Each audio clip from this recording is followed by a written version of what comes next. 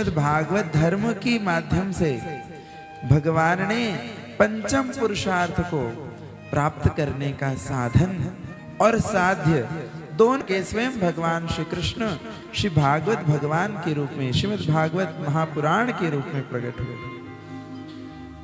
श्रीमद् भागवत की कथा साध्य भी है और यही साधन है, भगवत करने का साधन भी है और साध्य भी यही है।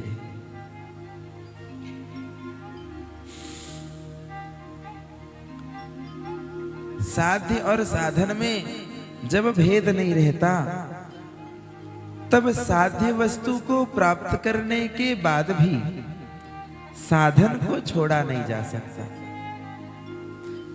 साधन क्या है? जैसे आपको यहां आना था, अपने अपने घरों से कोई पैदल चल करके आया जिसका घर आसपास में होगा, कोई दूसरे मोहल्ले से होगा, तो कोई बाइक से, कोई कार से, कैसे भी अपने अपने साधन से आया। पर जब पंडाल में प्रवेश करने लगे तब उस साधन को छोड़ दिया। वो साधन था, साध्य क्या था?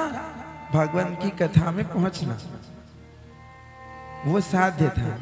और उसका साधन बना कोई भी वाहन हो, किसी ने भी छोड़ा हो या हमारे चरण खुद ही हमको लेकर के आए हो, वो साधन बने। फिर उसको त्याग करके हम साध्य श्रीमद् भागवत की कथा को श्रवण करने के लिए अपने आसन में बैठ गए। परंतु जब साधन और साध्य एक होते हैं तब साध्य वस्तु के मिल जाने पर भी, उसके प्राप्त हो जाने पर भी साधन वस्तु का त्याग नहीं किया जा सकता। साधन और साध्य एक ही है।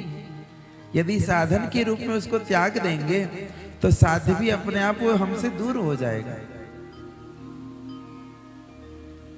भगवान का नाम, भगवान की कथा, भगवान के रूप लीला गुणों का चिंतन, यह भगवत प्राप्ति का साधन है।